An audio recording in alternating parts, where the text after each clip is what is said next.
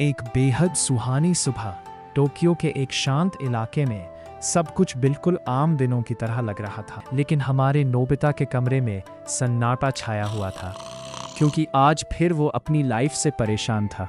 Nobita अचानक उठ खड़ा हुआ और हमेशा की तरह उसकी आंखों से आंसुओं का सैलाब बहने लगा। दूसरी तरफ डोरेमोन मज़े से अपने पसंदीदा डोरा केक का लुत्फ उठा रहा था, बिना किसी फिक्र के।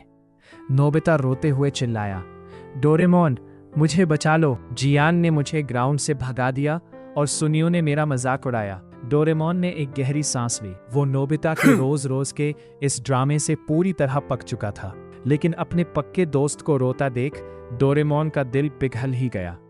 उसने अपने 4D पॉकेट में हाथ डाला और बाहर निकाला एक कमाल का gadget, the 4 dimensional gravity switcher. Gadget देखते ही नोबिता के आंसू गायब हो गए और उसकी आंखें खुशी से चमक उठी। डोरेमोन ने कहा, नोबिता, इससे तुम किसी भी चीज की, यहाँ तक कि खुद की ग्रेविटी को भी बदल सकते हो। लेकिन नोबिता ने बिना पूरी बात सुने ही डोरेमोन के हाथ से गैजेट छीन लिया और बिना सोचे समझे सीधे उसका मेन पावर बटन दबा दिया।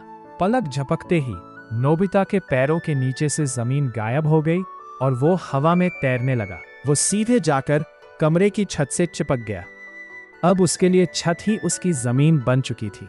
नीचे खड़े डोरेमोन ने घबराकर चिल्लाया, नोबिता रुको, तुमने सेटिंग को फुल पर सेट कर दिया है। लेकिन नोबिता को अब हवा में रहने का मजा आने लगा था।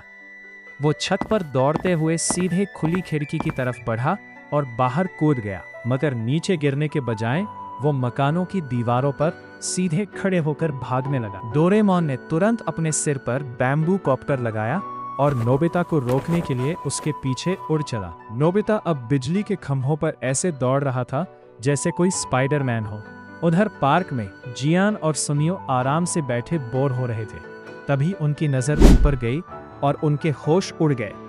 नोबिता पेड़ की डाल पर उल्टा खड़ा होकर उनका मजाक उड़ा रहा था। जियान गुस्से से लाल हो गया और चिल्लाया, नोबिता, तुम वहां उल्टे कैसे खड़े हो? नीचे आओ। जियान को गुस्से में देखकर नोबिता को एक शरारत सूझी। उसने मुस्कुराते हुए गैजेट का रुख जियान की तरफ। जैसे ही उसने बटन दबाया, गैजेट से नीली रोशनी निकली और सीधे जियान से जा टकराई। अगले ही पल जियान का भारी शरीर हवा में गुब्बारे की तरह ऊपर उठने लगा। वो हवा में हाथ पैर मारने लगा, लेकिन नीचे आने का कोई रास्ता नहीं ढूंढ पा रहा था। सुनियो डर कर भागने ही वाला था कि नोबिता ने उसकी कॉमिक बुक्स और खिलौनों पर भी गैजेट चला दिया। उसके सारे खिलौने और कॉमिक्स हवा में तैरते हुए जियान के चारों तरफ घूमने लगे। सुनियो रोते हुए उन्हें पकड़ने के लिए उछल कूद करने लगा। तभी डोरेमोन बैम्बू कॉप्टर से उड़ता हुआ वहां पहुंचा और ये सब देखकर दंग रह गया। उसने गुस्से में चिल्लाकर कहा, नोबिता, ये तुम क्या कर रहे हो? तुरंत सबको नीचे उतारो। लेकिन नोबिता अपनी ताकत के नशे में चूर था। वो डोरेमोन को चिढ़ाकर वहां से भाग निकला। नोबिता अब दीवारों पर ऐसे दौड़ रहा था मानो उसके लिए सीधे और उल्टे का कोई मतलब ही न बचा हो। उधर बेचारे जियान तैरते तैरते एक मकान की छत तक पहुंच गए और गिरने के डर से छत के कोने को पकड़कर लटक गए। सुनियो जियान की मदद करने के लिए कोई बड़ी सी सीढ़ी या डंडा ढूंढने के लिए गली में भागा। रास्ते में जो कोई भी नोबिता को दीवार पर सीधे चलते हुए देखता, उसे अपनी ही आंखों पर यकीन नहीं होता। लेकिन नोबिता इस बात से अनजान था कि गैजेट का लगातार इस्तेमाल करने से उसकी एनर्जी गड़बड़ा रही थी।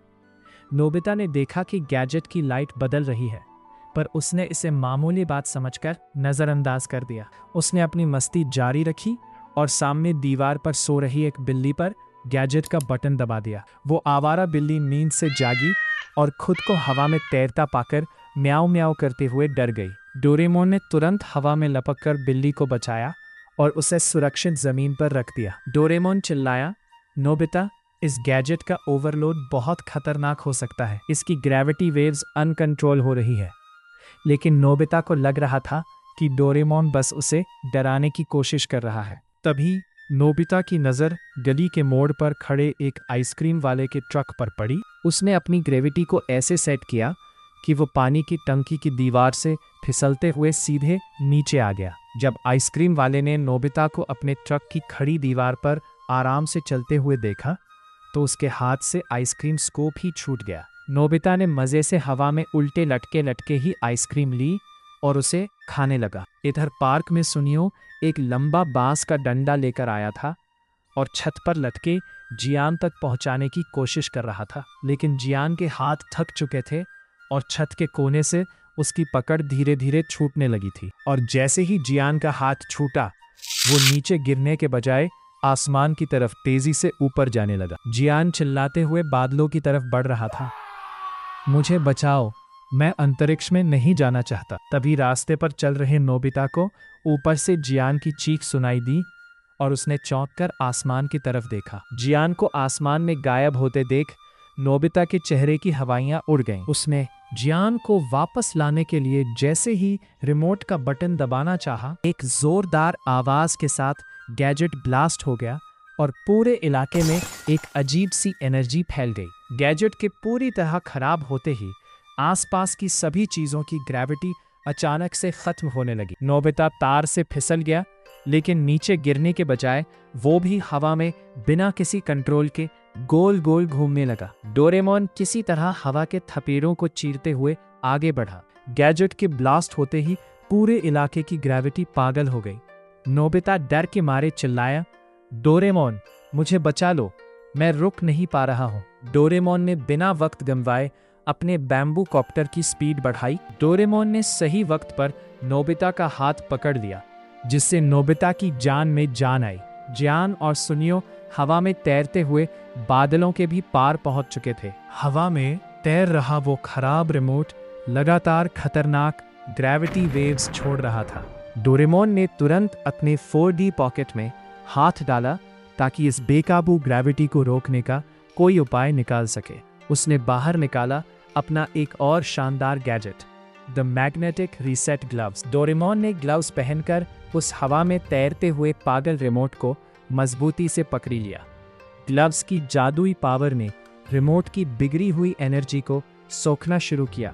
एक तेज चमक के साथ पूरे शहर से वो खतरनाक ग्रेविटी का जाल पूरी तरह टूट गया। जैसे ही नॉर्मल ग्रेविटी वापस आई, हवा में उड़ रही सभी चीजें धीरे धीरे अपनी सही जगह पर नीचे आने लगी और हमारे जियान और सुनियो सीधे आसमान से आकर पार्क के मैदान पर धड़ाम से गिरे। खुशकिस्मती से वो सीधे एक झाड़ी पर गिरे थे, जिससे उन्हें चोट तो नहीं लगी। डोरेमोन भी नोबिता को लेकर नीचे उतरा और चैन की सांस ली कि चलो सब कुछ ठीक हो गया। नोबिता ने जमीन पर कदम रखा और खुशी से उछल पड़ा, लेकिन तभी झाड़ियों से जियान और सुनियो बाहर आए और जियान का गुस्सा 7वें आसमान पर था। नोबिता अपनी जान बचाकर वहां से उल्टे पैर भागा और जियान सुनियो उसके पीछे पड़ गए। डोरेमोन वहीं खड़े होकर मुस्कुराया और सोचने लगा कि नोबिता कभी अपनी हरकतों से बाज नहीं आएगा। शाम ढल चुकी थी और पूरे शहर में फिर से वही पुरानी शांति लौट आई थी। घर लौटकर